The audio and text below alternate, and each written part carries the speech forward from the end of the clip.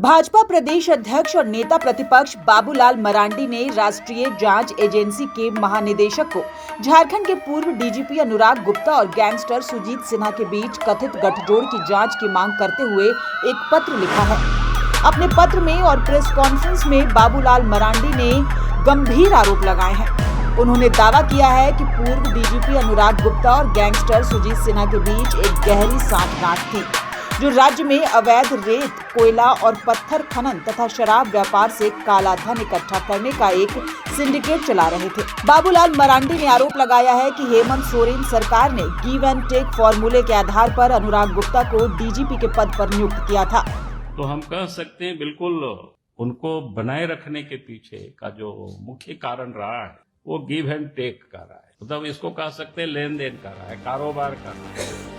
उन्होंने कहा कि यह मामला केवल भ्रष्टाचार का नहीं बल्कि राज्य की आंतरिक सुरक्षा के लिए एक गंभीर खतरा है, जिसके कारण उन्होंने एनआईए जांच की मांग की है।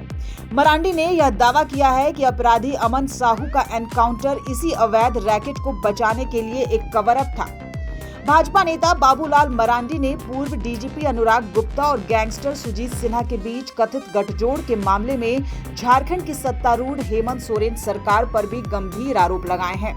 उन्होंने दावा किया है कि यह सब सरकार के संरक्षण में ही हो रहा था। मरांडी ने आरोप लगाया है कि अनुराग गुप्ता ने सरकारी संरक्षण में एक आपराधिक और जबरन वसूली का नेटवर्क चलाया। मरांडी के अनुसार यह गठजोड़ राज्य में अवैध रेत, कोयला, पत्थर खनन और शराब के व्यापार से काला धन इकट्ठा करने वाला एक सिंडिकेट था और उसी का हिस्सा था, जिसकी जानकारी सरकार को भी थी। चाहे अवैध बालू हो, कोयला हो, पत्थर हो, शराब के काले धन का जो साम्राज्य चलाने के लिए एक ऐसे ही जिसको बोलते हैं ना कि बदनाम या टेस्टेड, जिसको कहते हैं ना कि वर्दी वाला गुंडा अपराधी चाहिए था हेमंत सोरेन, और उसमें से उसके लिए सबसे उपयुक्त व्यक्ति अगर कोई मिला उनको तो फिर अनुराग गुप्ता। उन्होंने यह भी आरोप लगाया कि सरकार के पास सुजीत सिन्हा की पत्नी रिया सिन्हा और अनुराग गुप्ता के बीच हुई कथित बातचीत के सबूत थे, लेकिन सरकार ने उन्हें जानबूझकर सार्वजनिक नहीं किया।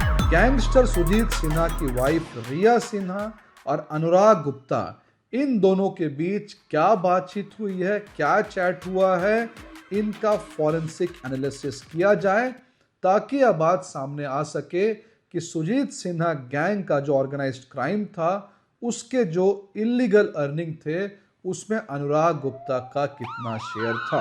मरांडी ने इस पूरे मामले को केवल भ्रष्टाचार नहीं बल्कि राज्य की आंतरिक सुरक्षा के लिए गंभीर खतरा बताया है, जिसकी अनदेखी सरकार ने की है। उन्होंने मुख्यमंत्री हेमंत सोरेन की इस मामले पर चुप्पी पर भी सवाल उठाए हैं। कुल मिलाकर बाबूलाल मरांडी ने जोर देकर कहा है कि इस पूरे प्रकरण की उच्च स्तरीय, निष्पक्ष और व्यापक जाँच होनी चाहिए। ब्यूरो रिपोर्ट, द समाचार पत्र।